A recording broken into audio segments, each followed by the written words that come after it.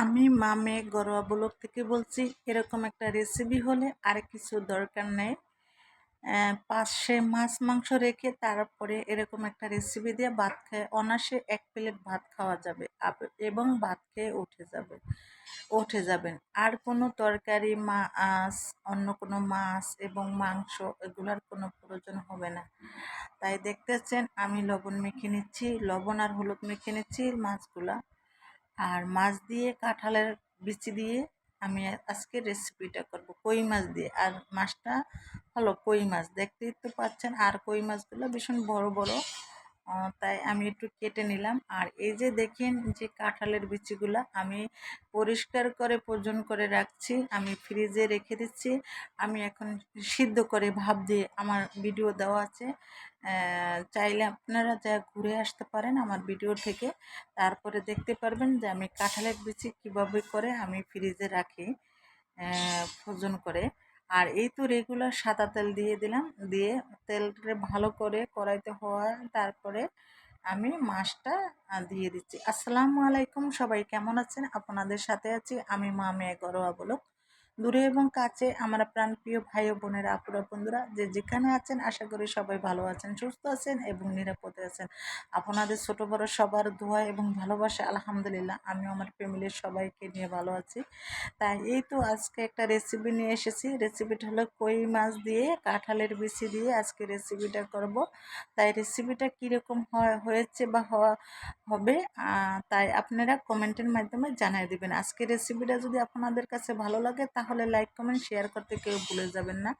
এমন বর্ষার সিজন যদি কই মাছ আর কাঁঠালের বিচি দিয়ে একটা রেসিপি করে তাই দুর্দান্ত স্বাদ হবে আশা করি। আর আমি আরেকটা কথা বলে দিই, আমি কিন্তু যখনই দেখবেন কড়াইতে তেল না দিয়ে আগে পেঁয়াজ দিই। কেন দিই জানেন? পেঁয়াজটা যখন কুচাই তখন তো ধুয়ে টুয়ে কুচাই, তখন একটা পানি থাকতে পারে।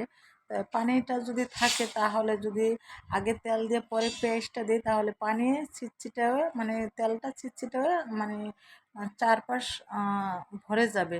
তাই সেজন্য আগে আগে আমি কি করি, যে পেঁয়াজটা দিই, পেঁয়াজটা দিয়ে একটু হালকা লাড়া দিয়ে অনতবড় নেড়ে চেড়ে তারপরে আমি তেলটা দিয়ে দিই। আর কিছু মাছ ভাজার তেল ছিল, আমি সেই তেলগুলো দিয়ে দিলাম, কারণ হচ্ছে তেলগুলো ফেলে দেওয়া তো ঠিক হবো না। আর মাছ ভাজার তেল দিয়ে যদি আপনারা যে কোনো তরকারিটা কষান তাহলে তরকারিটা দুর্দান্ত স্বাদ হয়। এখন আমি পেঁয়াজ কুচি দিয়ে অনন্তবড় নেড়ে চেড়ে তারপরে আমি দিয়ে দিলাম লবণটা দিয়ে একটু নেড়ে চেড়ে তারপরে আমি দেখতেছি যে পেঁয়াজটা হয়। আর চুলার গ্যাসের কথা কি বলবো। আর তারপরে কি করবো, এর ভিতরে চলতে হবে, থাকতে হবে, খেতে হবে। এটা শুধু আমার একার জন্য না, সবার জন্যই এরকম একটা কষ্ট। তাই সবাই এরকম কষ্ট করে রান্না করতে হয়। কারণ হচ্ছে আমার কিন্তু সিলিন্ডার নাই, কারণ হচ্ছে আমি সিলিন্ডার ব্যবহার করি না, আমার কাছে খুব ভয় লাগে বাসার ভিতরে। যেমন আমরা মামেরা 3 জন থাকতেছি, তো তাই দেখা গেছে কি যে সিলিন্ডার, আর আমি আবার আমার ছোট মেয়েরে রেখে আমি বাহিরে গেলে সামনে দিয়ে টালা দিয়ে যাই, তারপর একটা রিস্ক মনে হয়। তার জন্য আর আমি সিলিন্ডার ব্যবহার করি না, যতই কষ্ট হোক নাকি আমি এইভাবে করে গ্যাসে রান্না করি। আর আমার একটা ইলেকট্রিক চুলা আছে, ওই চুলাটায় রান্না করি।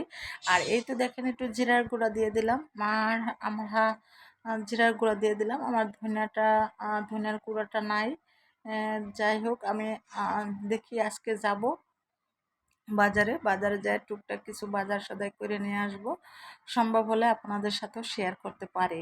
আর এই তো একটু হলুদের গুঁড়া দিয়ে দিলাম, পানি না দিয়ে হলুদের গুঁড়া দিয়ে দিলাম, কারণ হচ্ছে গ্যাসটা একদম কম, মানে চুলার জ্বালাই তো বুঝতে পারছেন। আর মরিচ কষানোর, মানে মশলা কষানোর ভাবেই তো বুঝতে পারছেন যে আসলে চুলার জালটা বেশি না কম, তাই না বন্ধুরা? আর এই যে দেখেন আমি যেভাবে করে আমি রেসিপিগুলো করি, আমার বন্ধুরা সবসময় আমার রেসিপি দেখে এত সুন্দর সুন্দর কমেন্ট করেন। কমেন্টগুলো পেয়ে আমি অনেকটা খুশি হই, যা বলার মতন না।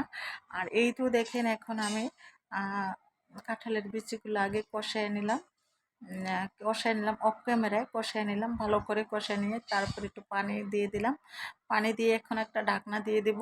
ঢাকনাটা কিছুক্ষণ রাখবো, কিছুক্ষণ সময় আবার ঢাকনাটা তুলে নেব, তুলে নিয়ে এখন আমি মাছগুলা দিয়ে দিব। তা দেশ এবং দেশের বাহির থেকে যে যেখান থেকে আমার রেসিপিগুলা দেখেন, যদি আমার রেসিপিগুলা আপনাদের সাথে আমি শেয়ার করি, কারণ হচ্ছে অনেক আমার মতো যারা রাঁধুনি যেমন কম পারে, তারাই কিন্তু তাদেরই এই রেসিপিগুলো প্রয়োজন। যেমন এই তো দেখেন আমি রান্না করতেছি, আর আজকের মানে কালারটা খুব মানে কেমন জানি আসতেছে, ভালো আসতেছে না কালারটা, তাই আর কি। আর এই তো দেখেন অক্টোবরে আমি রান্না করে নিয়ে আসলাম যে কাঁঠালের বিচি দিয়ে, তারপরে কই মাছ দিয়ে। তাই দেখতেই তো পারছেন আজকের আমার ভিডিওটা, দেখেন কালারটা কত সুন্দর আসছে। আর তখন কিন্তু যখন চুলাতে রান্না করতেছি তখন কিরকম ভালো দেখা যায় না, কালারটা সাদা সাদা দেখা গেছে। আর এখন কত সুন্দর লাগতেছে। তাই বন্ধুরা এরকম একবার হলো ট্রাই করবেন। তো সবাই ভালো থাকবেন।